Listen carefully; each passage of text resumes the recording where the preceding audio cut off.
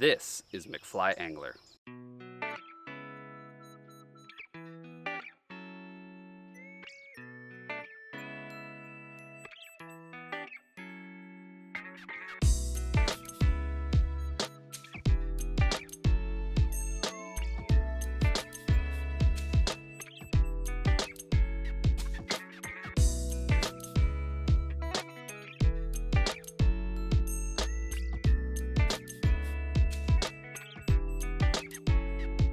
Starts now. One of my customers had sent me a video on tying this fly. He asked if I could tie it for him. I liked it so much that I figured I would make a video to show you all how to tie it. If you want to check out the originator's video, I will link it in the description section for you to check out. But with that out of the way, let's start tying this fly. To start, we will need a longer shank hook like these Gamakatsu B10S's, and today I'm tying on a size 1/0. Place the hook securely in your vise. For thread, I'm using this UTC Ultra 140 in red. Start your thread behind the hook eye, and then snip off your thread. Then bring the thread down into the bend of the hook, and then back up to the start of the bend of the hook. Then turn the hook upside down.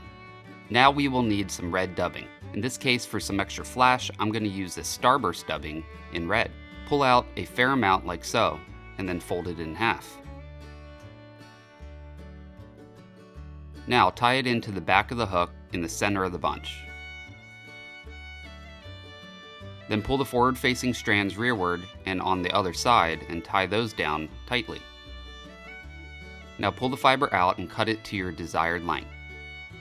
For added flash further into the tail, I am taking a single strand of red Flashabou. Tie it in the center of the strand on one side of the hook, and then pull the forward-facing strands rearward and tie it in on the other side. Now turn your hook right side up again in the vise. For the tail, we will be using white bucktail. Snip off a fairly thick piece from the tip of the swatch where the fiber is longer. Then pinch further up the bunch and pull out the shorter fibers. Measure it out to about 1.5 to 2 times the hook shank length, and then push it down into the hook shank so it's wrapped around the hook like so. Then make a few tight wraps slightly down into the bend of the hook, and then proceed to make touching wraps up the hook shank until you reach just behind the hook eye. This will leave a nice thick base on the hook to help keep this fly more buoyant. Cut the waist fur off tight, but watch your thread. Don't cut it like I did here. Oops. Okay, here I am attaching the thread again. Anyway, clean up that section to make a smooth transition from the hook shank to the bucktail, and then bring your thread back down to just shy of the tail. Now we will need some pearl flash. Take 2 strands. In this case, it's longer flash, so I'm just doubling up 1 strand. Tie it in at the side of the hook, extending back to just past the bucktail, in the center of the flash bunch. Then pull the forward-facing strands rearward and tie those in on the other side of the tail like so. Now we need some rubber legs. These red and black ones will work great. Pull off 1 strand, fold it in half, and cut it to make 2 pieces. Tie 1 leg in on one side of the hook in the center of the legs so it makes 2 legs angling rearward. Then bring your thread up a bit, and tie the next legs in the same way on the other side of the hook. Now we will need to make a dubbing brush, or you can make a compound dubbing loop as well. It's up to you. So I made this exact brush on a fly I tied a few weeks back, so I won't spend too much time on it here. However, I did switch up one material, the starburst dubbing. I used pearl rather than silver on this one. Anyway, make the brush or dubbing loop with 1-inch pieces of each material. Spin it up, and you are now ready to make the body of this fly. Tie in the brush near the start of the tail, and then bring your thread up to most of the way up the hook shank. By the way, we will have to make some foam heads, and I will show you that later. But check how long the foam head will go back into the shank, and then bring your thread up to that spot, like this. Now start wrapping the brush up the hook shank, but the first wraps make them behind the rubber legs to make them stick out a little further.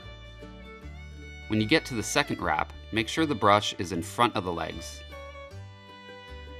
and then also adjust the legs to sit correctly on the side of the hook, and ensure that the brush didn't trap them in a different direction. Now with touching wraps, proceed up the hook shank, stroking the fibers back with each wrap. Now it's important to note, it helps to pick out the body with the bodkin every couple wraps, but I didn't do that here. Instead, I waited till just the last wrap or two to do this, and it made picking out the body a little more difficult.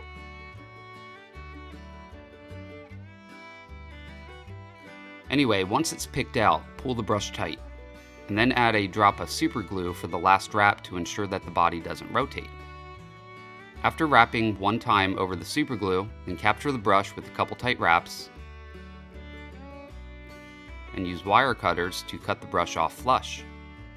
Pull all the fiber rearward and make a few wraps on top of the brush to ensure it stays put. Go ahead and pick out the brush once again.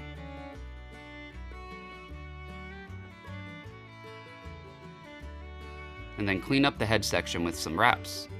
Turn the hook upside down once again in your vise, and then for the last step we need some red Congo hair. A piece about this thick will work. Tie this piece in a V shape on the bottom of the hook, right in front of the brush. Then cut off the excess. You don't have to worry about the length just yet. Build up the head a little so the foam has something to grip onto, and then whip finish your fly. To make the head, you will want these 1/2 inch white foam cylinders. Go smaller for a smaller hook. Cut off a piece about 1/2 inch long, again shorter for smaller flies. Now we will need to cut this into shape. I'm using a sharp knife, but a razor blade will probably work better. Cut a V into your cylinder like this, and then rotate the cylinder and turn it around. Then cut a V-notch at this angle on the other side. If you have any weird corners like this, use scissors to round it off. Then take your bodkin and poke a hole directly in the center of the foam. To test the foam positioning and open up the hole a bit larger, push the foam head on the fly and see if it sits correctly. Okay, if it does, then pull it off and grab some gel-type super glue.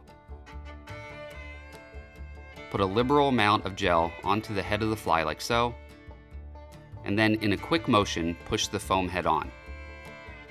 Okay, now we need to trim the body.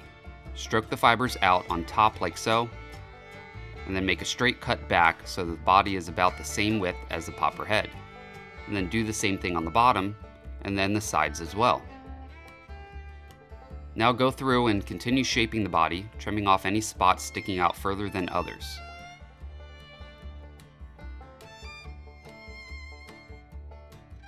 It helps to stroke the fibers back and forth as well to find any spots you might have missed. Anyway, I'm happy with this for now. Now for the eyes. I'm using these fish skull living eyes in the fire color and 6mm size. Pull 2 off and put them on your hand for easy access. Now we need to cut out the section of foam for the eyes to nest in. These Gunville foam cutters are great for this application, and the 6mm size to match the eyes will work. See if they fit right over the eyes. Now if you don't have these cutters, these type of drill bits will work also. Of course you need a drill even with the cutters. Cut out a section on the side of the foam like so, and turn it over and cut another section on the rear. But don't go too deep though. With the tip of your scissors, cut that notch out.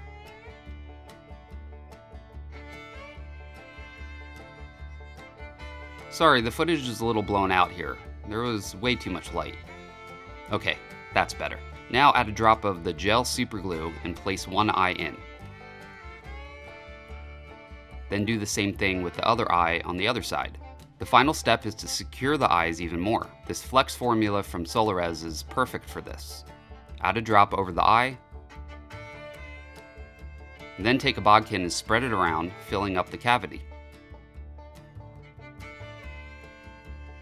Then cure it with your UV light. This makes it almost impossible for a fish to rip these eyes off, and it gives a really nice look. Obviously do the same thing with the other eye, and you're now finished. Now, I tied this a little differently than the one in the original video that was sent to me, but it will fish the same, and the total outcome is just about exact. Let me know what you all think of this fly, and if you have fished it before. I suspect this will work great for speckled trout in the Gulf of Mexico, but I also see potential for it working as a bass fly as well. As you all know, I have gotten you all discounts from both www.risenfly.com and www.dooliesflyfishing.com. Doolies offers great prices on all of the name brand fly tying materials, and Risen Fly manufactures their own hooks, rods, reels, and other gear for fly fishing. Their products are top quality, and best of all, they are priced very reasonably. Not only are the prices at these two shops great, but like I said, they are offering all of my subscribers a discount. So use McFly at checkout when ordering from either of these shops, and you will get an additional 15% off of their already great prices. I want to also thank all of my Patreons who support me. For as little as $1 a month, you can help support this channel and also get some great perks like early access to my videos, participate in live streams, and more. So go to www.patreon.com/McFlyAngler to sign up today. I also thank all of you who share all my videos with your friends and your continued support by hitting the like buttons and subscribing. Thank you for making these videos possible. I will see you on the next video. Now you go catch some fish.